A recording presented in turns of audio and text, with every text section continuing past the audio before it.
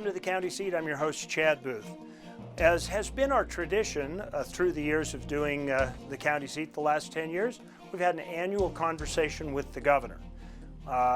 We've only had one governor in the 10 years we've been on the air, that's Gary Herbert. So today we are privileged to sit down with Governor Herbert for what might be termed his debrief. So we're going to spend the next half hour with Governor Herbert. This is my exit interview is what you're telling me. I'm fine. Coming down the home stretch here. It's been pretty hectic this year of 2020, and it's all kind of becoming more hectic this last few weeks of my opportunity to be governor of this great state.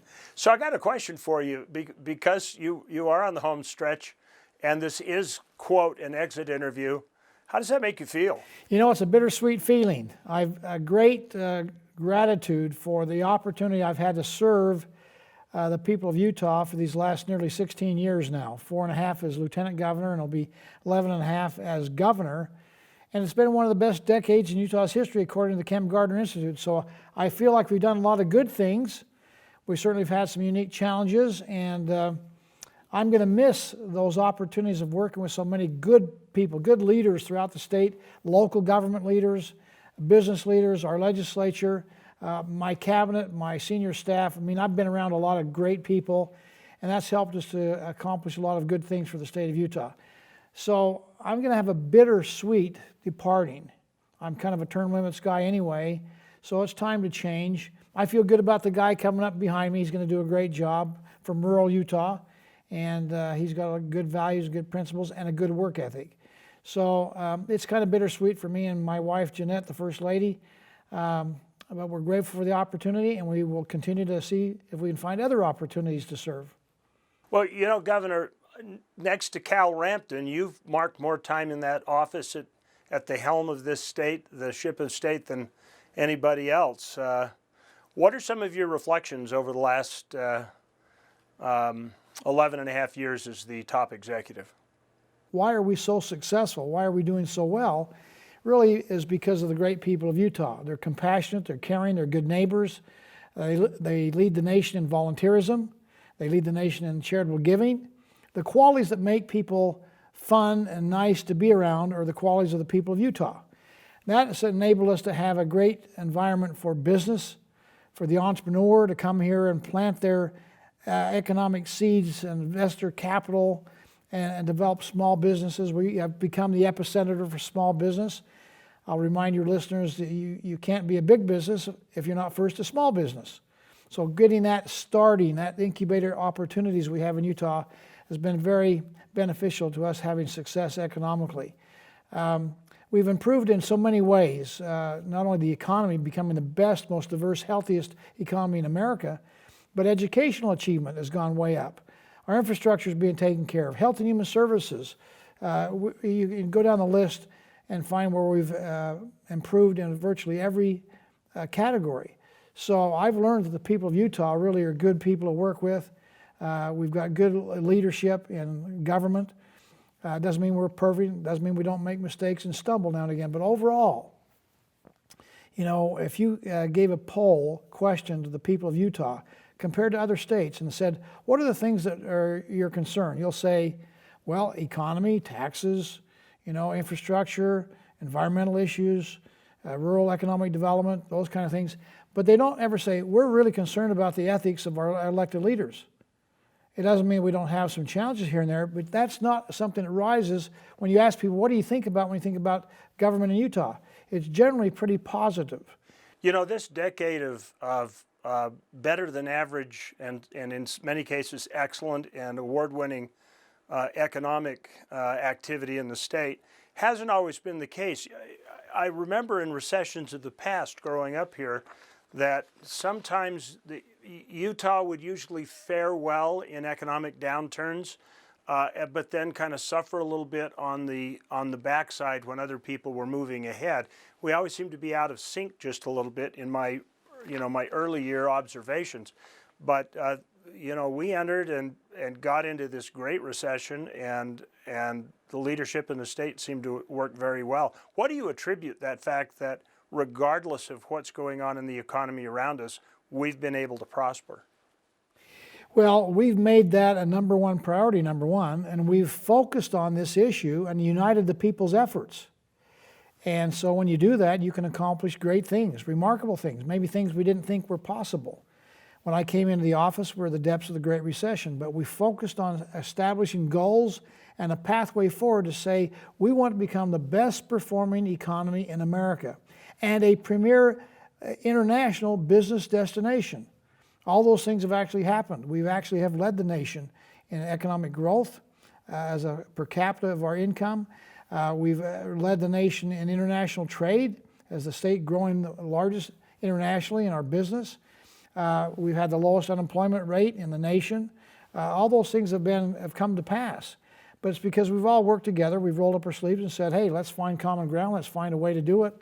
Some of it's just basic fundamentals, providing an environment that's fertile for the entrepreneur to plant his economic seeds. That means having competitive tax rates. And we've not only had competitive tax rates, we've actually lowered them in proportion to our income. We now have the lowest tax obligation in Utah for all of us that we've had in 17 years. That's a pretty good run. We have had regulation reform. When I get around the country, people don't talk about taxes as much as they talk about the overburden of regulation, and particularly the federal government. We've saved for a rainy day, so when we have a bad stretch of road, guess what?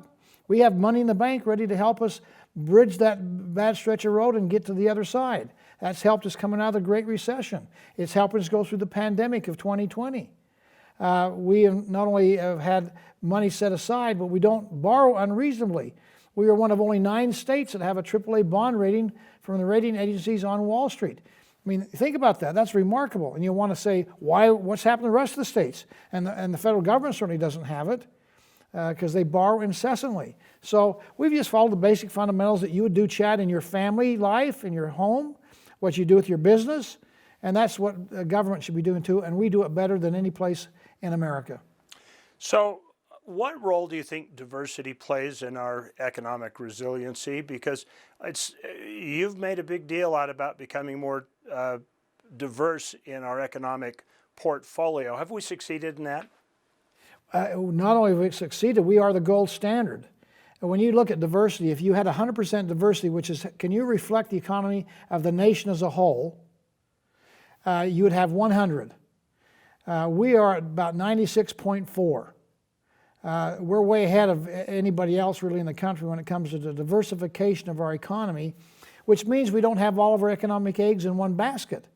So if we have a downturn in one sector of the economy or another, it doesn't total the whole car, the whole economic engine. I'll just use North Dakota as an example. They have most all their economic eggs in energy.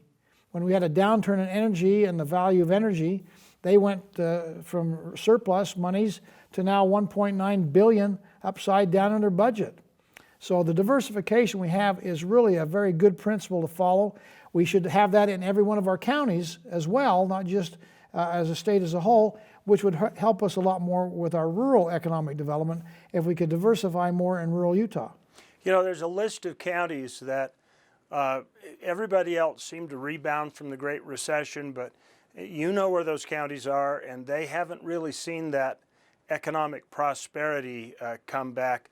What do you think we need to do to fix that? Well, it's got to be bottom-up approach. The state of Utah cannot dictate to a rural county, or any county for that matter, here's what you should do. First off, we probably don't know as well what you can do, what your strengths and what your weaknesses are, as well as those local people. So we've actually met with all the counties in the state of Utah, particularly all the rural counties, and said, you develop your own economic development plan for the next 10 or 20 years going forward. We'll be your partner, we'll help you, but you've got to come up with a plan. You know what you can do better than anybody else. Now, as technology's advanced, and you no longer have to be in a big urbanized type of city to be successful, we're going to find, I think, additional opportunities for rural Utah to grow with increasing broadband and technology and communications and travel. You don't have to be in these big urban areas. You don't have to be on the coastal areas of America either. That's why a lot of businesses coming more inland. Our inland port will be a great addition, by the way, as we continue to grow here in the state of Utah, which will help fuel growth outside of the Wasatch Front also with some of these satellite inland ports that are being proposed. So again, I think we all look at, if we had a responsibility, we'd say, what are our strengths? What do we have to offer the marketplace? Capitalize on those strengths and minimize whatever weaknesses we may have as we compete in the marketplace. Well, you know, you've laid out a vision on many of our conversations, and just now about you know, the economic diversity and the fact that you need to diversify to do it. What is your advice to some of the counties that have people within their counties that are a little bit resistant to that? Well, people sometimes don't like change. You know, sometimes it's like, I want to have my solitude. I want to have this quiet environment that we find, which is a great quality of life in some parts of rural Utah. But then we say, but my kids are now leaving, and we're exporting our children to some other location. And good quality of life does not include exporting your children, I don't believe. So we've got to find that optimal place, that happy medium, where we can have economic growth and opportunity, where our kids can stay home in their hometown or their hometown area, stay with their family and be close and convenient, as opposed to having to export them. So we've got to look for ways to keep them at home. I can tell you, I was at a school here not too long ago, and I said, how many of you are going to go on to college? All of them said already they're going to graduate from high school, which is the first step. How many go on to college? Every hand went up. How many of you are going to come back to this area of Utah to work when you get out of college? Only one hand went up, and that person was going to come back and work on the family farm. Well, it's becoming more and more difficult for the farmer to hire all of their children, because their production and their yields are up significantly from what they were, say, 100 years ago. We only need one farmer, where we used to have 100 farmers to produce the same crop and same yields. So we've got to find ways to diversify technology, other opportunities, start new businesses. It happens in the urbanized area. There's no reason why that can't happen in the rural areas of our state also. So there's some people who are critical of saying that it can't all be internet, remote work, that you've got to have some boots on the ground to develop those good living wages. Is there a traditional economic opportunity for, you know, manufacturing-based things off the Wasatch Front? I believe there are, and we're going to find more opportunities, I think, as we go forward. As more and more we're competitive here at home, we don't have to do our manufacturing outside of America. Again, I think President Trump had it right when he said, you know, we're not being fair to each other by some of the tariffs that we're being charged in other countries, and we're not charging a fair amount there. What I liked President Trump's proposal was, why do we have zero tariffs? We won't charge you anything, you don't charge us anything, we'll let the market just compete. That being said, look at Box Elder County. Procter & Gamble, P&G, came there. They've got a number of phases. They're manufacturing products up there in Box Elder County, which they distribute throughout the country and throughout the world. So that's a rural setting.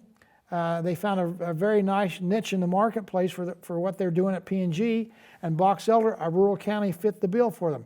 That's just one example of many we could probably find and exploit. We need to start looking for those opportunities more and more, and attract those businesses to come and get an excellent labor force, probably less cost to do business. And with transportation and telecommunications what it is today, you don't have to be in a metropolitan city to do it. Thanks, Governor. We're going to take a quick break right here. We've got to pay some bills. We'll be back on the county seat right after this quick commercial break. Welcome back to the county seat. We're having a conversation with Governor Gary Herbert. I want to get right back to the questions. Governor, I want to switch gears here and talk a little bit. You're the only governor this show has ever known. We county seats entire life. We've grown old together. But there have been some persistent issues, a handful of them, that have persisted through the entire time you've been in office, and they're still not solved yet. And so, kind of in a light of advice going forward to the counties and the people that fill these seats that are being vacated at the state level, what are we going to do about wild horses? Well, some things are kind of persistent. You know, they're not that they're never ending, but they seem like it because they've gone along for a long time. And certainly during my tenure, not only as governor, but lieutenant governor, and back when I was a county commissioner, wild horses and burros has been a challenge for us. Part of that's because we have obstacles to overcome. Some of that is public misunderstanding of what's taking place with their pet ponies out there on the wildlands, and burros out there that they want to think are cute, and we should all have one or two of them at our home. We've also found that technology and science is helping us. And I see for the first time movement in Washington, D.C. that's now embracing, not just from an environmental standpoint, but understanding good conservation means controlling the herds. As hunters and fishermen, we understand that. We understand conservation and the need to thin the herd and maintain the herd so that we can have a healthy expansion of our deer, elk, and bighorn sheep, etc. Well, now we're finding that with more aggressive roundups, with more aggressive sterilization programs, as well as the adoption that they've already had, I think we can move in a direction of controlling and managing those herds appropriately, which is going to be good news for the farmer and the rancher, because wild horses and burros, as you know, are kind of depleting the rangeland out there for our farmers and ranchers. In your tenure, we have gone full circle on public land management. There was a concerted effort to try and get the public lands that are federally owned transferred to the state, and you always espoused an arrow in the quiver type approach, saying that maybe we don't need to own it, we just need to be able to manage it for the federal government. What is your advice on these public land issues going forward? I think as a common ground principle, everybody agrees that the public lands ought to be managed to their optimal benefit. And again, the BLM charter, as we know, is one of multiple use. It's not just one versus the other. It's in fact tourism and travel, but it's also mining, extraction industries, and developing the resources that are there. It's timber. It's in fact farming and ranching, as well as energy extraction. And all those can be cohabitable, working together, respecting the differences they are, but actually having a cohesive management program in place. Unfortunately, we have this fighting back and forth, and I think it's not been helpful, unfortunately. And again, we have those who don't live here have disproportionate say of the public lands. That's frustrating for us all. The misuse of the Antiquities Act, not just the use of the Antiquities, but the misuse of the Antiquities Act has probably been a burr under our saddle for a long time. That being said, we have, it cuts both ways. We're blessed because we have a lot of public lands. Our tourism and travel, the fact we can, just get up in the morning and say, I'm going to go hunting during the hunting season. It's not like you got to get a reservation. We know that our backyard, it's right there, handy for us. So there's some real blessings that come with the public lands, and so all of us should want it to be managed correctly to its optimal benefit, which means multiple uses really should be the goal. Thank you, Governor. We're going to take another quick break. We'll be back with more of our conversation with Governor Gary Herbert in his official exit interview on the county seat. Welcome back to the county seat, talking today with Governor Gary Herbert. Not much time left in the show, so we want to get right back to the questions. Governor, let's talk about one of the other persistent issues, air quality. That's been a real challenge for the state. Would you give yourself the scorecard of saying we've advanced the ball down the field on that issue? We've actually done a very good job in spite of some of the criticism we received, I think, which has been a little bit unwarranted.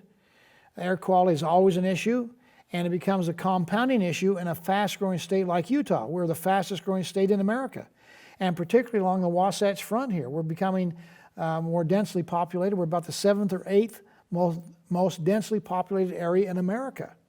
We think of ourselves as being kind of a rural, small state, and on balance, we probably are that. But from Ogden to Provo, we're pretty densely populated, and our air quality is a real challenge, particularly with our automobiles. Now, we've done some really good things. We've always had this challenge of being in attainment. We've been out of attainment when I came into office. But here just a few weeks ago, good news, Region 8, EPA announced we are now in compliance with all of the EPA requirements and regulations. We're now in compliant and we're in attainment of our air quality needs. And that's pretty remarkable when you think, particularly on the Wasatch Front, we are now in compliance, even though we've had 300,000 plus more people move into the Wasatch Front over these last 10 years, polluting more, but per capita we're polluting less so that we can get into compliance. We've reduced pollution on the Wasatch Front for about 35%, even though we've had this 300,000 more people on the Wasatch Front. So I think we've probably an A-, And what we've done over these last few years of getting into compliance with the EPA requirements and all the work that's been done, we've put in like 51 different regulations. We've invested a lot of money. We've now brought on Tier 3 fuels. That's going to be a big, big, big, big difference when you think that nearly 50% of our pollution that we see out there in gunky days is coming out of our tailpipes or our automobiles. With Tier 3 fuels, which are now just being introduced in the marketplace now, as we've worked with our refineries, now 80% of our refineries are producing Tier 3 fuels. You add that to Tier 3 automobiles, it reduces our pollution by 80% that comes out of our tailpipes. That's like taking 4 out of every 5 cars off the road. That's significant improvement, and you're going to see that continue over the next few years. Well, Governor, obviously I've jotted down more questions to ask you about than we have time. So I promised that you would have the end to just give your advice going forward to the new administration. It's time to do that right now. Well, far be it from me to tell Spencer how to run his administration. I've worked as his partner, as he's been my partner as Lieutenant Governor for these last 7 years, and he's done a great job. So I'm very optimistic and hopeful about the future of Utah. It all does go down, though, to the people. We have good people here that care about their neighbors, try to do the right thing in the right way for the right reasons. And I think that's the core of what we have here in Utah is just good people. And I think the future is very hopeful, I think very optimistic. And we have room for improvement. But if we roll up our sleeves and go to work and collaborate, cooperate, we'll achieve the end results. And as my dad always said, the Herbert slogan is, the 8 W's we call it, work will win when wishy-washy wishing won't. Let's roll up our sleeves and go to work, and we can accomplish about anything we set our mind to. Well, you ought to print that and put it on a plaque, Governor. I probably will.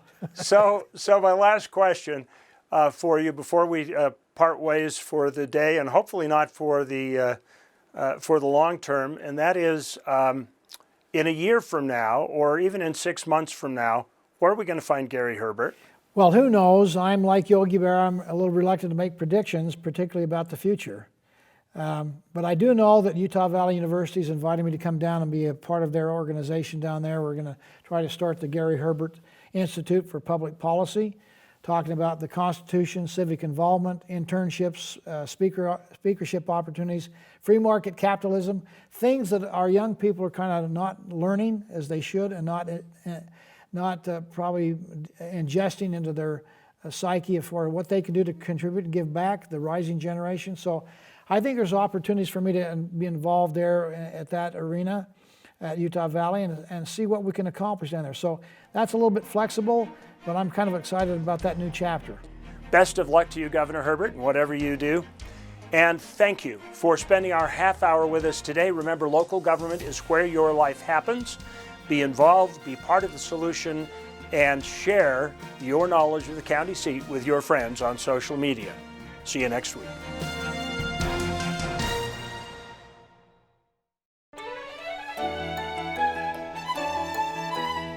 Thank you for watching The County Seat. Be sure to subscribe and turn on your notifications to keep up to date on the program and happenings around Utah.